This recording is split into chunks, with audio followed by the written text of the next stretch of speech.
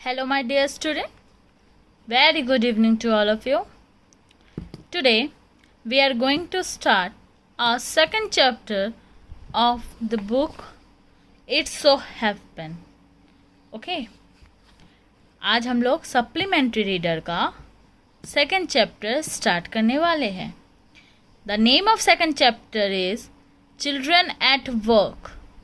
Children जो काम पे जाते हैं. आप लोग भी तो छोटे छोटे बच्चे हो. अगर आप लोगों को कोई बोले कि दिन रात काम करके आओ तो कैसा लगेगा. लेकिन ऐसे कई सारे बच्चे होते हैं जिनको अपनी पढ़ाई लिखाई छोड़ के काम पे जाना पड़ता है. क्यों? आइए देखते हैं. There are many reason why children have to work. Some help their family make a livelihood. Others who run away from unhappy homes need to support themselves. Children who have to work can't go to school and play like other children of their age. कई सारे reason होते हैं, कई सारे कारण होते हैं. कुछ अपने फैमिली को सपोर्ट करने के लिए काम पे निकलते हैं क्योंकि उनकी बहुत ही गरीब होते हैं तो उन बच्चों को काम पे निकलना पड़ता है. कुछ अपने घर के हालातों से खुश नहीं होते हैं तो अपने आप को सपोर्ट करने के लिए घर से बाहर निकल जाते हैं. जो बच्चे काम पे जाते हैं उनको ना तो हमारे जैसे स्कूल जाने की सुविधा मिलती है, ना ही हम जैसे खेलने की सुविधा मिलती है. मतलब वो खेल भी नहीं पाते क्योंकि वो उसकी पूरी ज़िंदगी पूरा टाइम खाली काम पे बीत जाता है. तो ऐसे ही एक कहानी के बारे में आज हम इस चैप्टर में पढ़ेंगे. So without wasting your time let get start. This is the first part of your chapter. Here is a one child named Velu, an 11 years old boy, run away from home. घर से भाग के आया था. He wanders around for hours before getting on a train to Chennai without a ticket. वो सोच रहा था कि मतलब आजू बाजू देख के कि कैसे मैं जाऊंगा, क्या करूंगा, लेकिन ट्रेन जाने से पहले, लेकिन उसके पास टिकट भी नहीं था. टायर्ड एंड हंग्री, भूखा भी था, थका हुआ भी था. He does not know where to go, पता भी नहीं था कि कहाँ जाना है. When a stranger at the station shout a word of welcome. तभी एक स्ट्रेंजर मतलब कोई अनजाना व्यक्ति या अनजाना बच्चा एक वेलकम मतलब उसको वेलकम किया कि चलो क्या कर रहे हो. तो देखते हैं इस चैप्टर में क्या स्टार्ट करते हैं. When the Kanyakumari express pulled in at Chennai central it took Velu some time to get off. तो जब जो है कन्याकुमारी एक्सप्रेस पहुंची थी, पुल्ड इन का मतलब होता है किसी भी जगह पर पहुंचना. तो जब कन्याकुमारी एक्सप्रेस जो थी वो चेन्नई सेंट्रल पे पहुंची थी तो जो वेलू था उसको टाइम लगा था थोड़ा कि वो उठ पाए. When he finally stood on the platform his legs felt wobbly. और जैसे मतलब वो फाइनली उठ पाया, खड़ा हो पाया प्लेटफॉर्म पे, तो उसके जो पैर थे वो वॉबली थे, मतलब हिल से रहे थे, अनस्टेडी थे, सही से वो खड़ा नहीं हो पा रहा था. फिर उसके बाद as if he was still on a moving train. और मतलब इस तरीके के वॉबली से थे और हिल रहे थे पैर, ऐसा लग रहा था उसे जैसे कि वो अभी भी ट्रेन में ही है. Oh out of the way a porter went by with a loaded trolley. Velu jumped aside. और फिर एकदम से वो जैसे खड़ा होता है तो पोर्टर आ जाता है. पोर्टर मतलब कूली जो दूसरों के सामान उठाते हैं ना, वो आ जाता है अपनी ट्रॉली के साथ जिसमें सामान रखा हुआ होता है. और वो एकदम से चिल्लाता है कि मतलब यहाँ से हट जाओ इस जगह से. तो जो वेलू होता है वो दूसरी तरफ को हट जाता है. He sat on a bench on the platform, putting his small bundle down. और फिर वो क्या करता है, बैठ जाता है वहाँ पर प्लेटफॉर्म पे जो सीट होती है और उसके पास जो बंडल होता है उसको भी अपने साथ रख देता है. In all his 11 years, he had never seen so many people except once a year at the fair in his village. तो वो बच्चा जो था वो 11 ईयर्स का था और उसने कभी भी इतने सारे लोग नहीं देखे थे अपनी 12 साल की ज़िंदगी में, एक्सेप्ट मतलब एक के बजाय एक साल जब उनके गांव में एक मेला लगा था. फेयर का मतलब होता है मेला, एक्सेप्ट का मतलब होता है के बजाय. People walked by bumping into him with their suitcases. और जब वो स्टेशन पे था बैठा हुआ था तो लोग इधर उधर से निकले जा रहे थे। बम्प करना मतलब होता है टकराना, एक दो लोगों का एक दूसरे से टकरा जाना। तो जो सूटकेस थे उन लोगों के, वो वेन्यू से बार बार टकरा टकरा के निकल रहे थे। A voice announced something on a loud speaker, और लाउड स्पीकर पे जो है आवाज़ काफ़ी ज़्यादा आ रही थी। Near him a group of people set A group of people sat on their luggage, looking at a TV hanging from the roof। और वेलू के थोड़ी दूर ही पास में कुछ लोग बैठे हुए थे अपने लगेज मतलब अपने सामान के ऊपर, और टीवी की तरफ देख रहे थे जो वॉल पर दीवार पर लटका हुआ था। द नॉइज़ वॉज टेरेबल, और जो आसपास जितनी भी आवाज़ें थी वो काफ़ी ज़्यादा ख़राब लग रही थी उसे, वेलू को। Velu put his head down on his knees feeling miserable and exhausted. और जो वेलू था उसने जो अपना हेड है, अपना सर अपनी घुटनों पे रख लिया। नीज का मतलब होता है घुटने, और उसको बहुत ही ज़्यादा बुरा लग रहा था। मिजरेबल, फीलिंग मिजरेबल का मतलब बुरा लगना, और एग्जॉस्टेड, एग्जॉस्टेड का मतलब होता है थका हुआ। तो वेलू बहुत ज़्यादा वहाँ पे चेन्नई सेंट्रल पे जब वो पहुँचा था तब वो बहुत ज़्यादा थका हुआ था। He had run away from his village 2 days ago, वो अपने गाँव से 2 दिन पहले भागा था। For 2 days he had eaten nothing but some peanuts and a piece of jaggery, और 2 दिन से उसने कुछ भी नहीं खाया था, बजाय उसे सिर्फ थोड़े से पीनट्स मतलब मूंगफली के दाने खाए थे और जैगरी गुड़ खाया था। In his bundle he carried a shirt a towel and a com, और उसके पास जो बंडल था उसमें उसके पास एक शर्ट थी, एक तौलिया थी और एक कंघी थी। He had walked for most of the first day to Kannur and then got on train to Chennai, और पहले दिन जब वो अपने घर से भागा था तो मोस्ट ऑफ द टाइम वो क्या था, कन्नूर जो जगह थी वहाँ पर घूम रहा था, और फिर उसके बाद वो ट्रेन में चढ़ के आया था जो चेन्नई को आ रही थी। Velu had no money for a ticket but luckily the ticket collector didn't came to the unreserved compartment. Velu के पास कोई पैसे नहीं थे टिकट को खरीदने के लिए, बट लकीली जो टिकट कलेक्टर होता है वो नहीं आया था अनरिजर्व्ड कंपार्टमेंट में, मतलब वो कंपार्टमेंट जिसमें रिजर्वेशन नहीं होता है, नॉर्मल टिकट लिया जाता है, पैसेंजर वाला जो कंपार्टमेंट होता है उसमें टीटी नहीं आया था। He had try to sleep on the floor near the door. A group of men next to him had played card and shouted all night।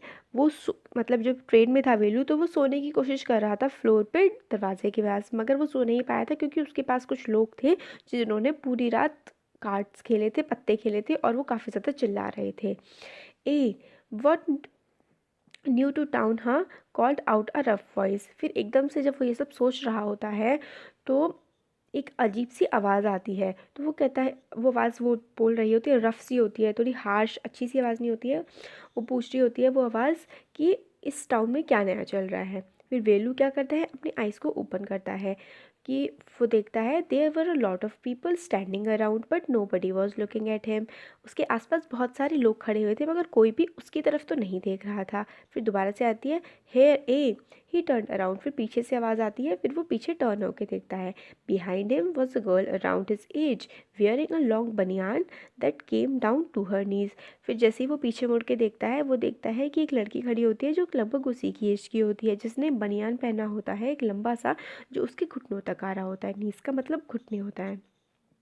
Her hair was stiff and brownish and she had a huge sack on one shoulder. और उसके जो hairs होते हैं लड़की के वो काफ़ी stiff, अजीब से कैड़े कैड़े से दिख रहे होते हैं, ब्राउन कलर के होते हैं, और उसने अपने कंधे पर एक बड़ा सैक डाला होता है। सैक मतलब एक थैला टाइप का उसने अपने डाला होता है अपने एक कंधे पर। She was picking up dirty plastic cups from the floor, और वो उठा रही होती है गंदे प्लास्टिक के कप ज़मीन पर से, and stuffing them into her sack, और अपना जो थैला टाइप का होता है उसमें वो सारी प्लास्टिक की चीज़ें डाल रही होती है। Why is she calling me thought Velu and why is she wearing a banian. तो और वो सोचता है कि ये जो लड़की है ये मुझे क्यों आवाज़ लगा रही है और इसने एक बनियान क्यों पहन रखा है। No need to stare stupidly, what's your name. फिर वो कहता है कि मतलब वो बच्ची बोलती है जो गर्ल होती है कि तुम मुझे इतनी स्टूपिडली क्यों घूर रहे हो। स्टेयर का मतलब होता है घूरना, स्टूपिड का मतलब होता है बेवकूफ़। तो फिर वो उसका बाद वो नाम पूछती है। वेलू मटर्ड, वेलू लुकिंग अवे। फिर वेलू मटर करता है, धीरे से बोलता है और इधर दूसरी तरफ को देखने लगता है। So mister Velu said the girl looking at his bundle run away from home. फिर वो वेलू की तरफ देखती है और बोलती है, उसके बंडल को देखते हुए, जो बंडल उसके पास था छोटा सा टाइप का था ना वेलू के पास, उसको देख के बोलती है कि क्या तुम घर से भागे हो। वेलू इसका कोई आंसर नहीं देता है। He didn't want to tell some strange girl what had he done. फिर वो ये नहीं बताना चाहता है कि वो एक किसी अनजान लड़की को, स्ट्रेंज का मतलब होता है अनजान, जिसे हम जानते नहीं हैं, किसी वो स्ट्रेंज सी लड़की को नहीं बताना चाहता है कि उसने क्या किया है. He had run away because he couldn't stand his father beating him for one more day. His father would snatch away all the money Velu and his sisters earned and spend it on drink. तो वो मतलब वो सोच रहा होता है कि वो भागा था क्योंकि वो अपने जो फादर थे, उसके जो पापा थे, उनकी मार एक भी और दिन नहीं सह सकता था, और उसके जो फादर थे वो छीन लेते थे. स्नैच का मतलब होता है छीन लेना. जो भी पैसे वेलू और उसकी बहनें कमाते थे, और सारे के सारे वो क्या करते थे, उसके फादर ड्रिंक में, शराब पीने में उड़ा देते थे. Don't think I don't know. This place is full of children like you. So what are you going to do here? Become rich? फिर वो लड़की बोलती है कि ये मत सोचो कि मुझे नहीं पता है. ये जो जगह है चेन्नई, ये भरी पड़ी है तुम्हारे जैसे बच्चों से. और तुम क्या करना चाहते हो यहाँ पर? अमीर बनना चाहते हो? She sat down next to him. Velu shifted away slightly.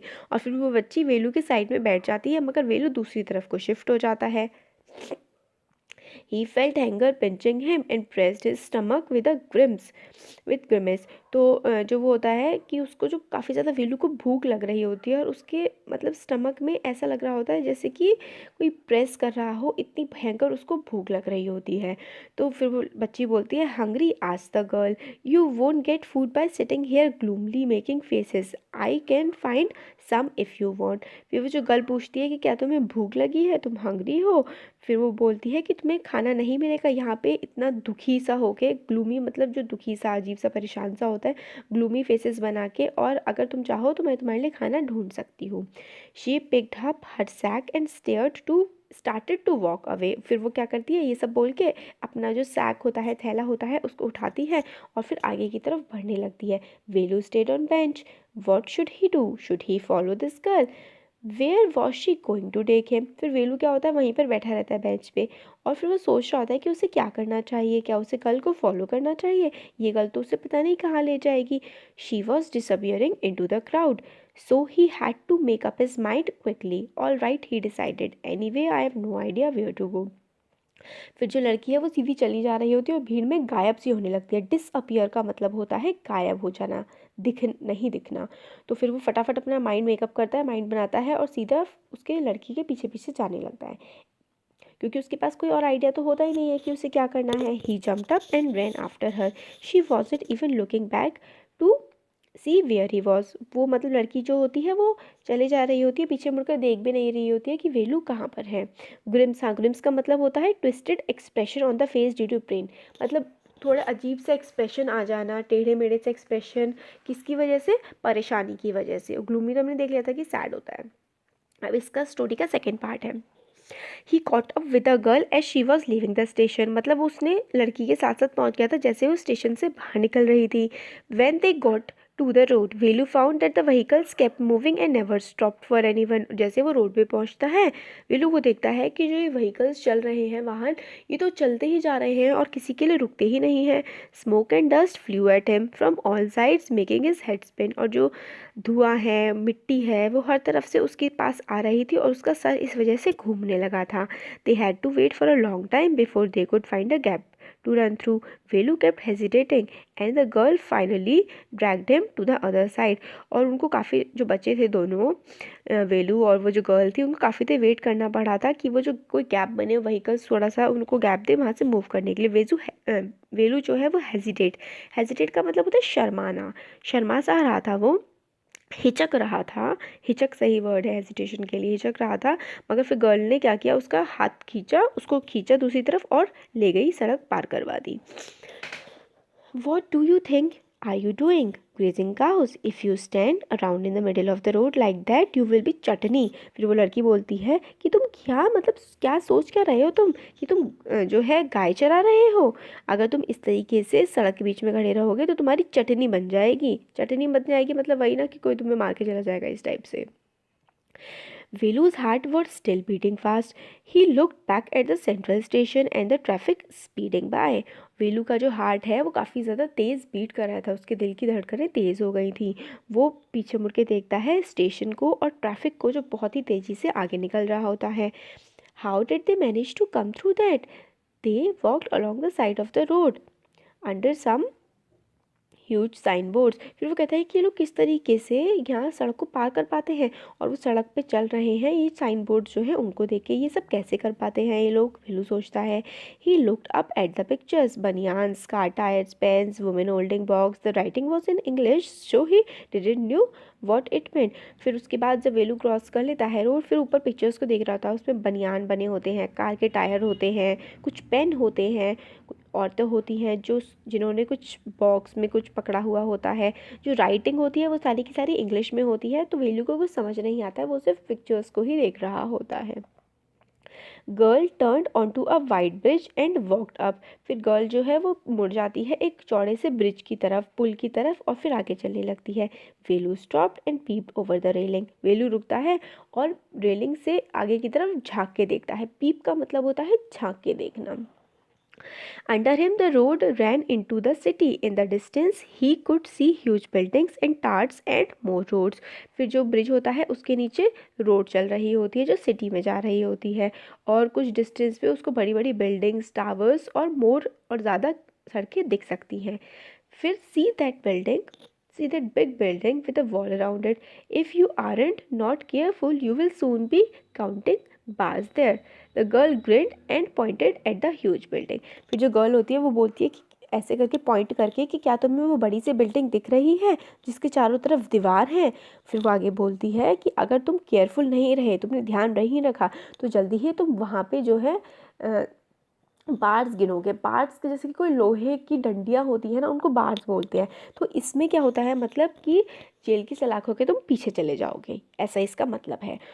तो गर्ल जो ग्रिन करना मतलब थोड़ा मुस्कुरा कर हंसना, दांत दिखा के मुस्कुरा के हंसना, वो हंसती है और फिर किसकी तरफ पॉइंट करते हुए, एक बड़ी सी बिल्डिंग की तरफ पॉइंट करते हुए जो कि एक जेल है। Velu squinted and read the Tamil sign central jail. फिर वेलू क्या करता है, थोड़ा सा घबरा जाता है, अजीब उसको लगता है, अजीब फेस बनाता है वो, और फिर वहाँ पे रीड करता है जो कि तमिल में लिखा होता है कि वो एक सेंट्रल जेल है। Why I hadn't done anything wrong. फिर वो बोलता है मैं क्यों जाऊँगा यहाँ, मैंने तो कुछ गलत नहीं किया है। फिर जो बच्ची है वो बोलती है you don't have to do anything, just don't get caught, that's all. फिर कहती है तुमने कुछ गलत नहीं किया है मगर पकड़े मत जाना, बस इतना ही मैं कह रही हूँ। What does she mean? Velu wondered. Meanwhile, the girl was already heading down the bridge with the sack on her shoulder. फिर वेलू सोच रहा होता है कि क्या कह रही है, और इसी बीच में जो गर्ल होती है वो आगे की तरफ बढ़ रही होती है ब्रिज पे, और अपने होल्डर पे, अपने शोल्डर पे अपना सैक रखे हुए। What was in it? He had seen her putting plastic cups into it at the station. फिर वो पूछता है कि इसमें क्या है, उसने क्योंकि वेलू ने देखा होता है कि वो बच्ची प्लास्टिक के कप्स उस बैग में रख रही होती है। What are you carrying in this bag, तुमने इस बैग में क्या रख रखा है। फिर वो पूछता है थिंग्स, बॉटल्स, पेपर, वो बताती है कुछ चीज़ें हैं, बॉटल है, पेपर है। फिर वेलू मतलब वंडर हो जाता है कि ये बच्ची जो है इन सब चीज़ों का क्या करेगी, मगर वो काफ़ी ज़्यादा शाई फील कर रहा होता है कोई भी क्वेश्चन पूछने के लिए।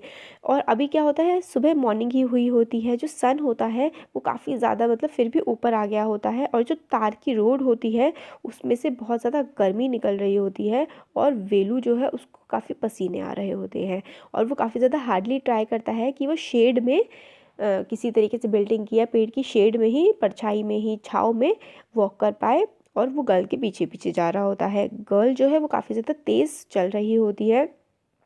फिर पूछता है कि कितनी दूर पे हमें खाना मिलेगा। फिर almost an half hour of walking, फिर वो बोलती है लगभग आधे घंटे चलने के बाद हमें खाना मिल जाएगा। फिर वो रुकते हैं एक फ्रंट ऑफ द मतलब एक बहुत ही बड़ी सी बिल्डिंग के आगे, जिस पे लिखा होता है श्री राजेश्वरी प्रसन्न कल्याणम मंडपम। रेडू इसको पढ़ता है कि वहाँ पर ये लिखा होता है कि a sign with letters made of flowers said groom JV Vinayagan bride रानी। फिर वो पढ़ता है, उस पर फ्लावर से लिखा होता है कि जो ग्रूम है, जो दूल्हा है, उसका नाम होता है जेवी विनयागन, और जो दुल्हन होती है उसका नाम होता है रानी। फिर वेलू जो होता है वो घूर घूर के देखता है, बड़ी जो कार्स होती हैं पार्क की हुई होती हैं बाहर, उनको। एक कार होती है जिसमें फ्लावर होते हैं, फूल होते हैं, गुलदस्ते लगे हुए होते हैं, और रोज़ का टेप लगा होता है उसके ऊपर पूरी कार में। गर्ल इधर उधर देखती है और pulled one off quickly and stuck it in her hair. फिर इधर उधर देखती है गर्ल की कोई है तो नहीं, और फिर कार में से फटाफट एक गुलाब निकालती है और अपने बालों में लगा लेती है। फिर वो कहती है कम ऑन, आगे आओ, we are going to eat here, कि हम यहाँ पे खाना खाने वाले हैं। Asked Velu looking at the huge hall, sorry, are we going to eat here, asked Velu looking at the huge hall and the people inside. फिर वेलू उससे बच्ची से पूछता है कि हम यहाँ पर खाना खाने वाले हैं, ये जो बड़ा सा हॉल हमें दिख रहा है। फिर गर्ल बोलती है hopes, said the girl shaking her thumb under his nose, फिर चिढ़ा के बोलती है उसको शायद। फिर she let him behind the hall, मतलब फिर उसको साथ में ले जाती है वेलू को पीछे की तरफ हॉल के। There was a big garbage bin overflowing with rubbish, वहाँ पे एक बहुत ही ज़्यादा बड़ा कूड़े का डब्बा होता है जो मतलब ओवरफ्लो हो रहा होता है रविश से। ओवरफ्लो मतलब भरा पड़ा होता है कूड़े से, रविश का मतलब कूड़ा। 2 goats were standing on the pile fighting for a banana leaf, और 2 बकरियां वहाँ पे होती हैं उस पूरे जो वो होता है गार्बेज का पाइल होता है। पाइल का मतलब होता है ऊपर तक उठा हुआ, जैसे कि भरा हुआ गार्बेज जो होता है उसके ऊपर वहाँ पे जो गोट होती हैं वो होती हैं और एक केले के छिलके के लिए वो लड़ रही होती हैं। और cloud of flies burst around his legs, और बहुत सारी मक्खियाँ होती हैं जो उन बच्चों के पैरों के पास होती हैं और उस बकरियों के पैरों के पास होते हैं। जो फिर क्या होता है आगे, there was a rotten smell in the air, और पूरी जो हवा होती है उसमें सड़ने की बदबू आ रही होती है। रॉटन का मतलब होता है सड़ा हुआ। Girl picked up a squishy banana and held it out to Velu, फिर जो गर्ल होती है वो एक बनाना जो थोड़ा टूटा सा हुआ होता है, स्क्वैश किया होता है, दबाया हुआ, उसको उठाती है और वेलू को देती है। वो कहती है कि ये तुम्हारा खाना है। वेलू कहता है कि मैं ये सारे, मतलब तुम क्या ये सारे जो लेफ्ट ओवर्स है बचा हुआ खाना इसको खाओगी। फिर एकदम से वो छी बोलता है, वो ऐसा बोलता है कि क्या तुम्हें लगता है कि मैं कोई डॉग हूँ। फिर वो I only take untouched food, मैं सिर्फ, वेलू बोलता है कि मैं सिर्फ ऐसा खाना खाता हूँ जिसको पहले किसी ने ना खाया हो।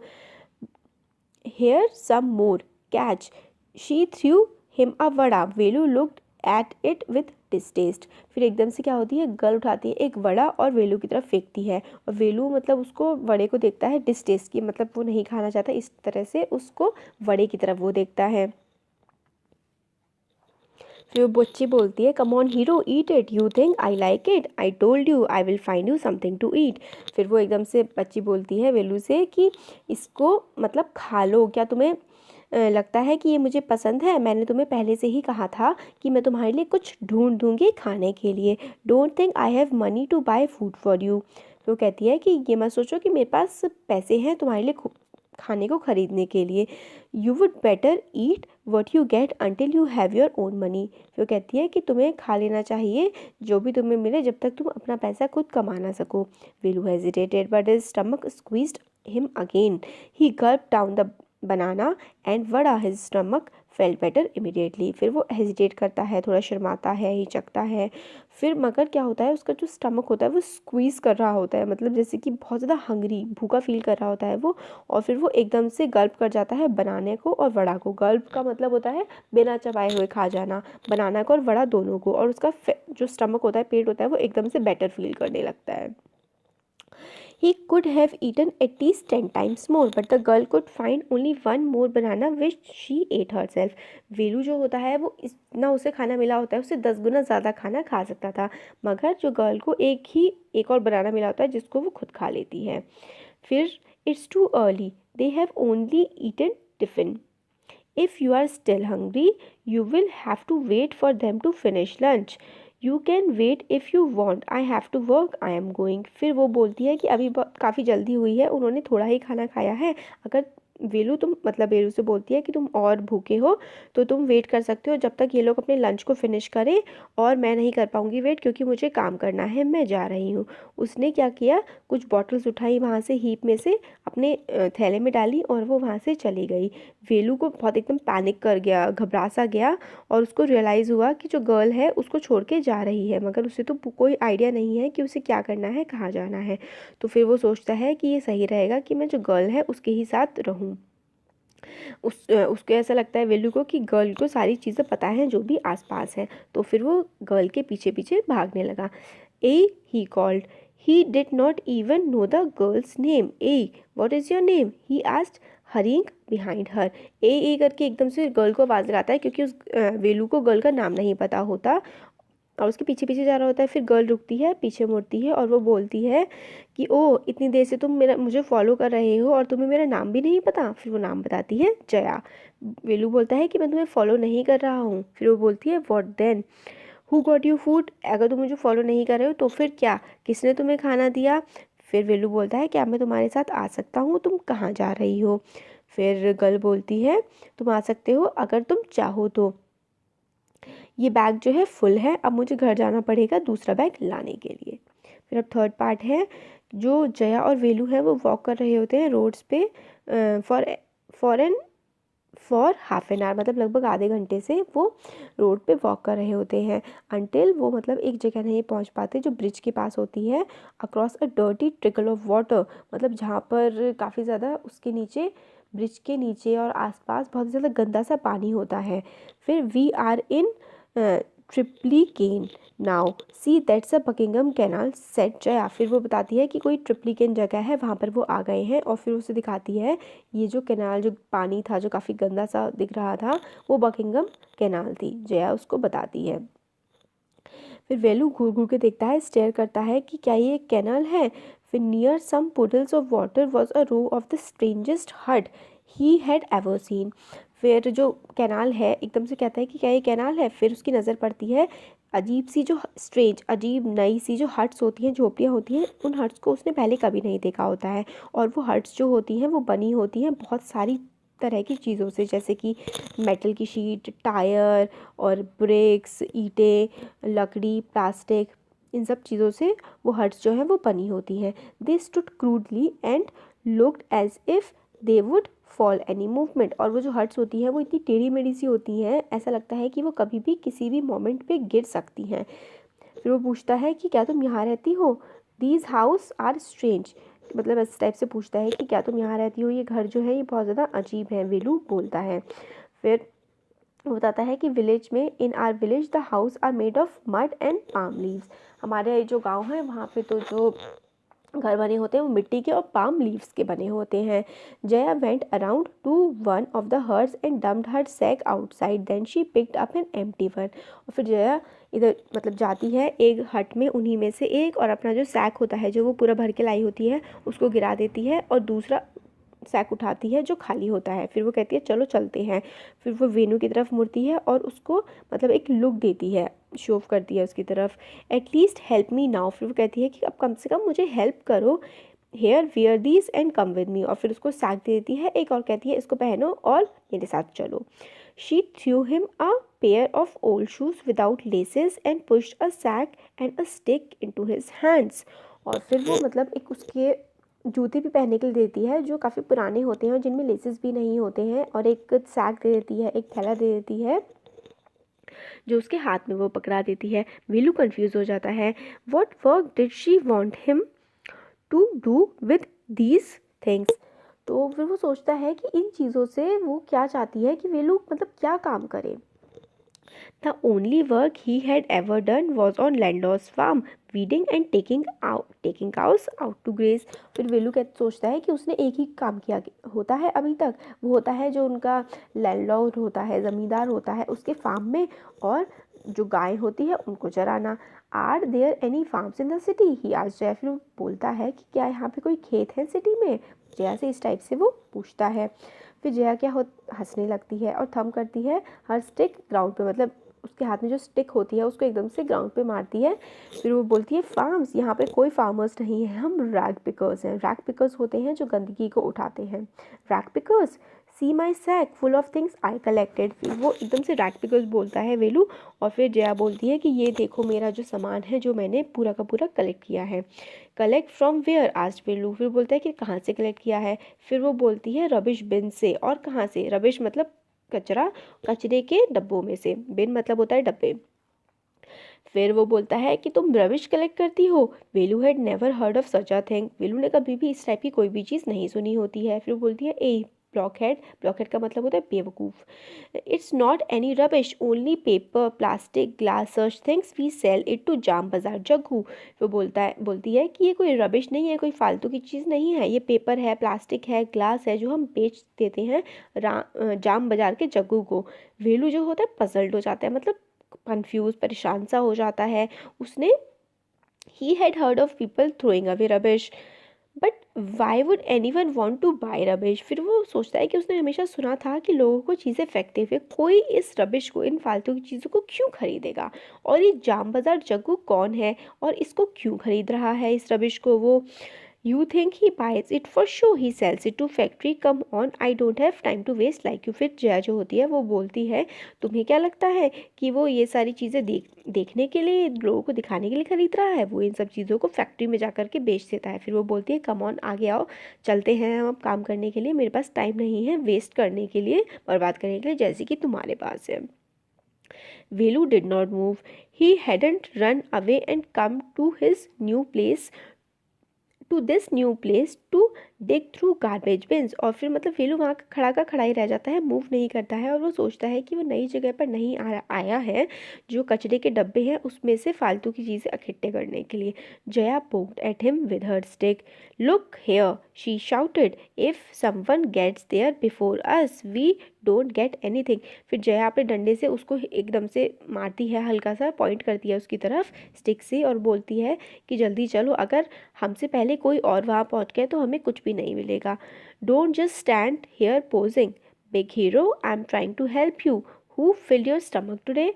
फिर वो बोलती है कि मतलब टाइम मत वेस्ट करो और इस हीरो की तरह पोज मत करो, और मैं तुम्हारी हेल्प करने की कोशिश कर रही हूँ, बताओ किसने आज तुम्हें खाना खिलाया था। Velu scratched his head and sighed. I will do it for now, he thought, until I find a better job। फिर वो अपने मतलब माइंड को एकदम से स्क्रैच करता है, और फिर वो सोचता है कि मैं अभी के लिए काम कर लूँगा जब तक मुझे एक बेटर जॉब, एक सही सा कोई काम ना मिल पाए। तो यहाँ पे हो गया हमारा चैप्टर कंप्लीट। आप I hope you all are understand. Now today's homework, you have to note down all the hard words in your copy. Okay? Thank you and have a nice day. Don't trouble your mother.